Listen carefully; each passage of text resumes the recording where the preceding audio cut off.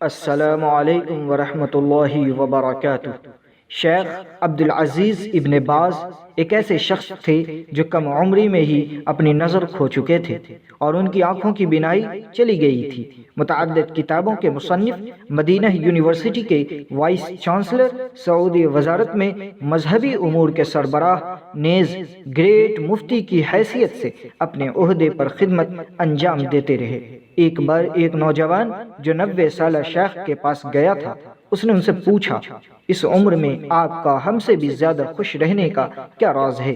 انہوں نے کہا، اگر دماغ فعال ہے تو اعضاء تھکاوٹ سے متاثر نہیں ہوا کرتے۔ اگر بالوں کا رنگ تھوڑا سا تبدیل ہو جائے اور جب جسم پر ہلکی جھریاں نظر آنے لگے تو کچھ لوگ خیال کرتے ہیں کہ ان کی زندگی ختم ہو چکی ہے۔ اگر زندگی کا صحیح مقصد نہ ہو، کس سمت میں جانا ہے، اس کا کوئی احساس نہ ہو، 30 سال کی عمر کو پہنچنے سے پہلے ہی عمر کی مار سے دوچار ہو جاتے ہیں اور جوان ہوتے ہوئے بھی بڑھاپے کا شکار ہو جاتے ہیں۔ بے انتہا خوف اور ذہنی دباؤ کی وجہ سے قبل از وقت عمر رسیدہ ہونا معمولی بات نہیں ہے۔ جوانی زندگی کی بہت خاص مدت ہے۔ یہ ایک دماغی حالت ہے، ایسی حالت میں کہ انسان عملی میدان میں سرگرم، دماغ خوش و خرم رہتا ہے۔ بیک وقت اگر ایک 30 سالہ غیر فعال، بے حس و حرکت جوان ہو تو وہ قبل از وقت عمر بڑھنے کے عنوان کے زیادہ مستحق ہے۔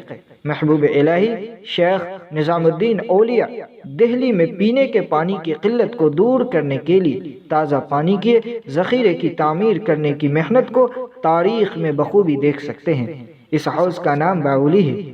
اس وقت شیخ کی عمر 80 سال سے زیادہ تھی۔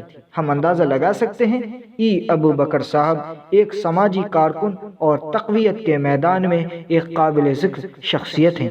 اپنے ساتھیوں کے بارے میں کہتے ہیں، ہمارے کارکنان کبھی بڑھاپے کا احساس کرتے ہوئے نہیں مریں گے۔ جی ہاں، اور زندگی کا ایک واضح مقصد اور مضبوط ذہن، واضح نظریہ رکھنے والی شخصیتوں اور تحریکوں کے لیے عمر کوئی معنی نہیں رکھتی۔ عمر ان کی نقل و حرکت کو نہیں روک سکتی۔ یکے بعد دیگرے وہ اپنی ذمہ داریوں کی تکمیل کے لیے کام کرتے رہیں گے۔ اس طرح ماتھے پر پسینے کے قطروں کے ساتھ وہ جلد ہی اللہ سے ملاقات کریں گے انشاءاللہ۔